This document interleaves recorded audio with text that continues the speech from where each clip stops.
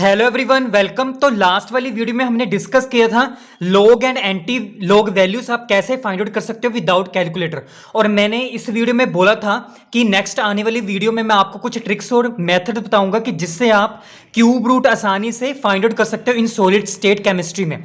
क्योंकि देखो, हमें पता कि डेंसिटी का फॉर्मूला ये होता है और हमने अगर एज लेंथ फाइंड आउट करनी है तो इसके लिए क्या करना पड़ेगा, फॉर्मूले को रीअरेंज करना पड़ेगा। तो मैंने ए क्यूब का ऐसे लिख दिया और जब हमने ए को फाइंड आउट करना तो इससे क्या होगा, हमारे पास इस पूरी टर्म के ऊपर, पूरे फॉर्मूले के ऊपर क्यूब रूट आना चाहिए। तो क्यूब रूट फाइंड आउट करना थोड़ा सा डिफिकल्ट होता है क्योंकि कई बार एग्जामिनर कुछ ऐसे क्वेश्चन दे देता है जिसमें एज लेंथ फाइंड आउट करनी होती है और वो जानबूझकर ऐसे क्वेश्चन डालते हैं कि स्टूडेंट्स इसको छोड़ दें।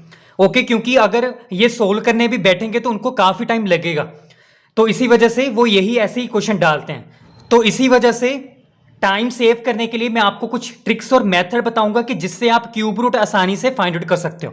ओके, तो बेसिकली यहां पे मैं दो मेथड बताऊंगा। एक होगा हमारे पास, यहां पे हम log values and anti log values use करेंगे और इससे फाइंड आउट करेंगे ए वैल्यू। और दूसरा होगा हमारे पास मेथड जिसमें हम विदाउट लॉग की वैल्यू से सोल्व करेंगे हमारा ए। ओके, तो स्टार्ट करते हैं। तो सबसे पहले हम मेथड देखने वाले हैं विदाउट लॉग वैल्यूज। ओके, जैसे लेट से हमारे पास, जैसे आपके पास कोई न्यूमेरिकल आया इसके रिलेटेड और यहां पे फॉर एग्जांपल यहां पे ए क्यूब की वैल्यू अगर आपके पास आती है 1.9683 इंटू 10⁻⁻23। एग्जाम्पल के लिए मैं ले रहा हूं।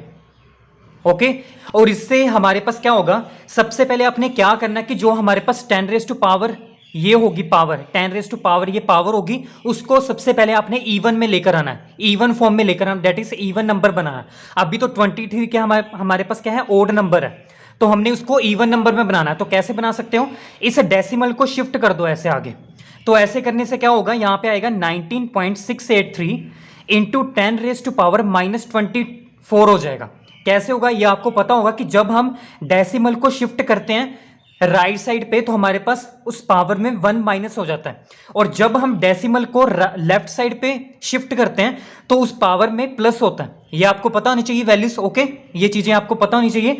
तो हमने इसको राइट साइड पे शिफ्ट किया तो हमारे पास कितना शिफ्ट किया, 1 डिजिट पे ही शिफ्ट किया ना। ओके, तो यहां पे -1 लिख देना। सो -23 -1 कितना हो गया, -24। तो हमारे पास ए क्यूब की वैल्यू होगी इतनी। अब इतना करने के बाद क्या करना आपने, a इक्वल टू हमारे पास आ जाएगा, इसके ऊपर पूरा होल क्यूब रूट आ जाएगा।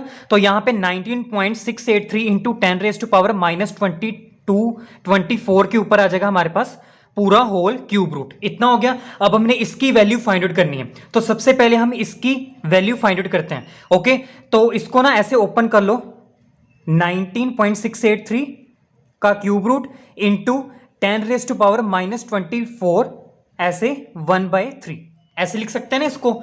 ओके, जब इसको आप सोल्व करोगे तो हमारे पास इसका आंसर आएगा 10⁻⁻8, क्योंकि 24 कैसे होता है, 8 3 24 होता है ना। तो यहां पे 10⁻8 इंटू 3, मतलब ऐसे कर, ऐसे आएगा इंटू 3 1/3। तो ये कैंसिल आउट हो जाएगा, हमारे पास आ जाएगा इसकी वैल्यू आएगी 10⁻⁻8। इतना हो गया। अब हमने इसकी वैल्यू फाइंड आउट करनी है। तो सबसे पहले क्या करना है, ये ऐसे उठाया 19.683। ओके, अब क्या करना है, इस डेसिमल को हटाओ। जब इस डेसिमल को रिमूव करोगे तो हमारे पास नीचे क्या आता है, थाउजेंड से या 100 ऐसे कुछ वैल्यूज आती हैं। वो ये डिपेंड करता है कि हमारे पास डेसिमल के बाद कितने डिजिट्स प्रेजेंट है। तो यहां पे डेसिमल के बाद कितने डिजिट्स प्रेजेंट है, 3 1 2 3। तो जब इसको रिमूव करोगे हमारे पास कितनी जीरो आएंगी, 3 जीरो आएंगी, डेट इज 1000 बन जाएगा इतना। ओके, ये तो आपको पता ही होगा। अब क्या करना है, इसकी पूरे के ऊपर क्या है, क्यूब रूट है, तो इसको क्या करोगे, सेपरेटली डिवाइड कर दो ऐसे, और यहां पे डेसिमल नहीं आएगा। इतना हो गया।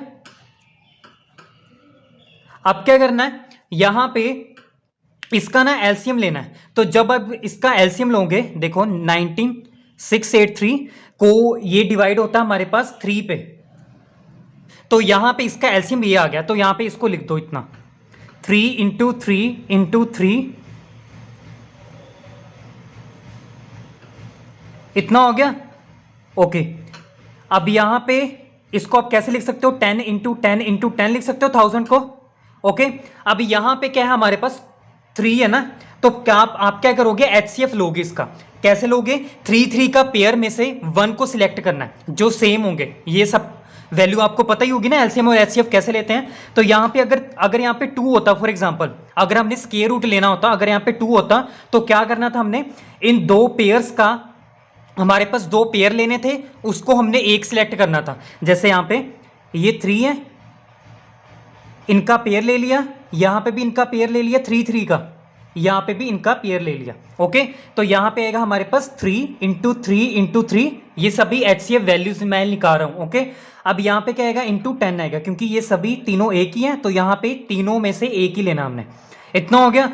अब यहाँ पे इसका मतलब ये आंसर आ गया और इसका आ गया हमारे पास ये, तो यहाँ पे आ गया 27 डिवाइडेड बाई 10, तो इसको सोल्व करोगे 2.7 आएगा। ओके, तो अब सीधा आप हमारे पास इस पूरे का जो क्यूब रूट था, हमारे पास कितना आंसर आया, ये 2.7 आया।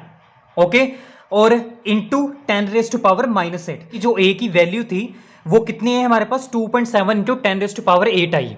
तो आप ऐसे भी सोल्व कर सकते हो। ओके, अगर फॉर एग्जांपल यहाँ पे कुछ ऐसे होता, लेट से हमारे पास कुछ ऐसा है 472 है, अगर आपके पास इतना कुछ आ गया, जैसे a क्यूब की वैल्यू आपके पास आ रही है जैसे 47.17 इंटू 10⁻24 ऐसे कुछ है। ओके, तो यहाँ पे जब इसको राउंड ऑफ करोगे तो हमारे पास आएगा 47.2 इतना आएगा।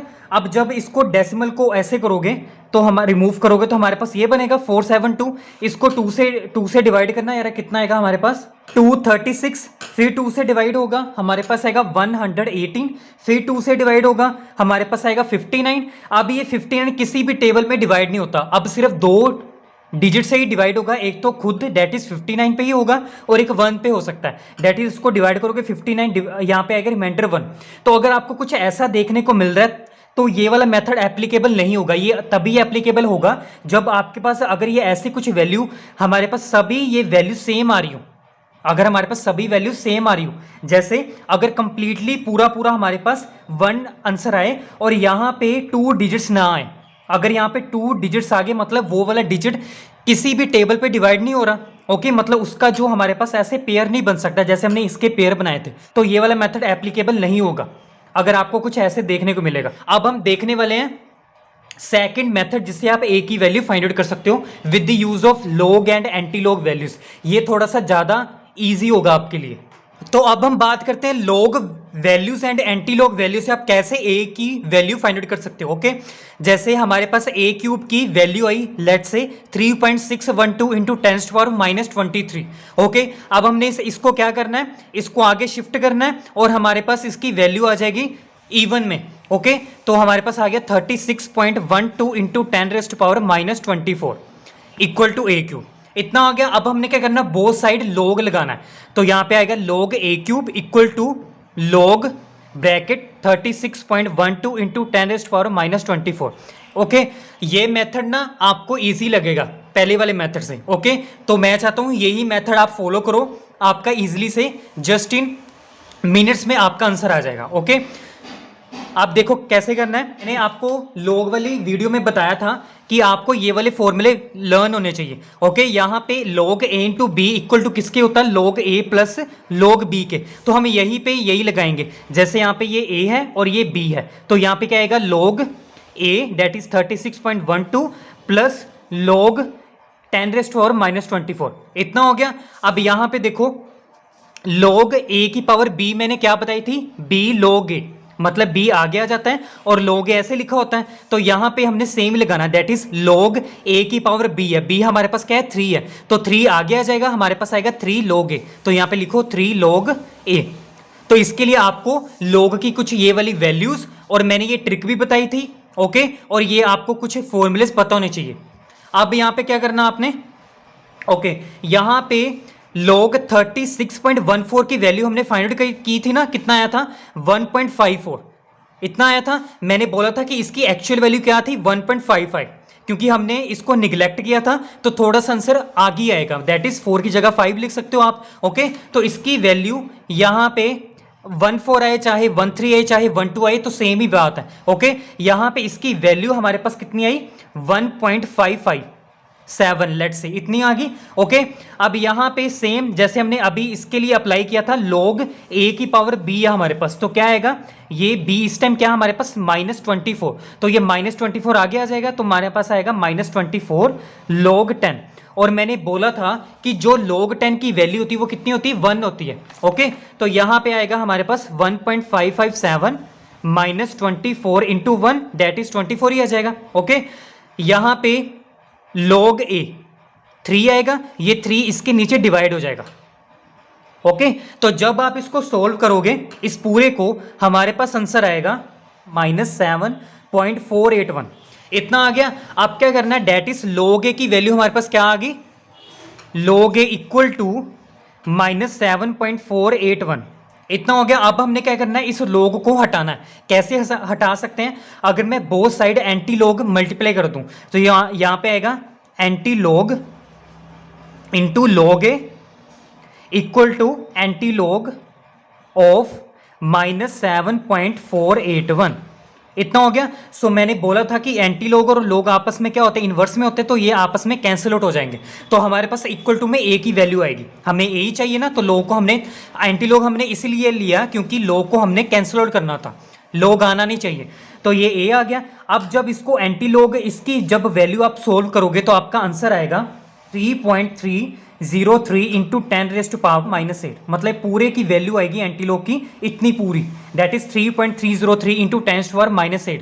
ओके, मैंने एंटी log वैल्यू समझाई थी ना माइनस वाले की, कैसे आप कर सकते हो इसको। ओके, तो वैसे मैं करके दिखा देता हूँ इसका आंसर कैसे आएगा। देखो यहाँ पे, तो ये -7.48 इसको राउंड ऑफ करो तो हमारे पास क्या आएगा, -7.5 लिख सकते हो ना इसको आप राउंड ऑफ करके। ओके, तो हमने क्या करना, -7.5 that is anti log of -7.5 की वैल्यू फाइंड आउट करनी है। तो आप कैसे कर सकते हो, इसको मैं ऐसे लिख सकता हूं, एंटी लॉग 8 प्लस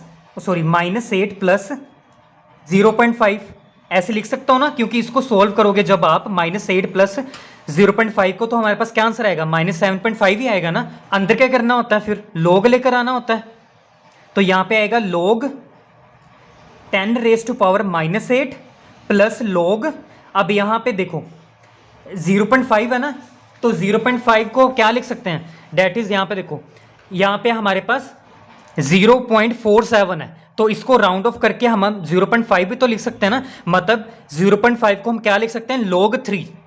ओके, तो यहां पे आएगा log 3 इतना हो गया। अब क्या करना आपने, एंटी log ऐसे लिखना है, log ये क्या है, log a plus log b, तो किसके इक्वल आता है, log a plus log b किसके इक्वल है, log a इंटू b के, मतलब मल्टीप्लाई करना है। तो यहाँ पे आएगा 3 इंटू 10⁻⁸, मतलब दोनों आपस में ये क्वांटिटी मल्टीप्लाई हो जाएंगी, तो ये कैंसिल आउट हो जाएगा। तो हमारे पास क्या आएगा 3 इंटू 10⁻⁸, जिसको आप क्या लिख सकते हो 3.3, जैसे आपको ऑप्शन में दे रखा होगा वैसे आप लिख सकते हो। वैसे आपका क्या आंसर आया 3 आया, सो 3 इंटू 10⁻⁸। तो ये हमारे पास क्या आ गई, log and anti log value से आप कैसे फाइंड आउट कर सकते हो a की वैल्यू। तो ये थे दो मेथड कि आप कैसे फाइंड आउट कर सकते हो a की वैल्यू को। तो अगर मैं सजेस्ट करूं तो log वाला जो मेथड है वो ज़्यादा प्रेफर करो आप, क्योंकि यहाँ पे क्या हो सकता है, क्योंकि मैंने अभी बताया कि अगर आपको ऐसा कुछ देखने को मिलता है कि अगर कोई भी ऐसे हमारे पास अगर नंबर आता है कि वो उसके फैक्टर्स नहीं बनते, तो ये वाला एप्लीकेबल नहीं होगा मेथड। ओके, तो आपको log वाला ही लगाना पड़ेगा। बेटर यही है कि आप log वाला मेथड ही अप्लाई करो। Okay, so I hope you like this video. तो अगर आपको ये वीडियो हेल्पफुल रही होगी तो प्लीज़ चैनल को सब्सक्राइब जरूर करें, एंड मिलते हैं नेक्स्ट वीडियो में। Happy learning.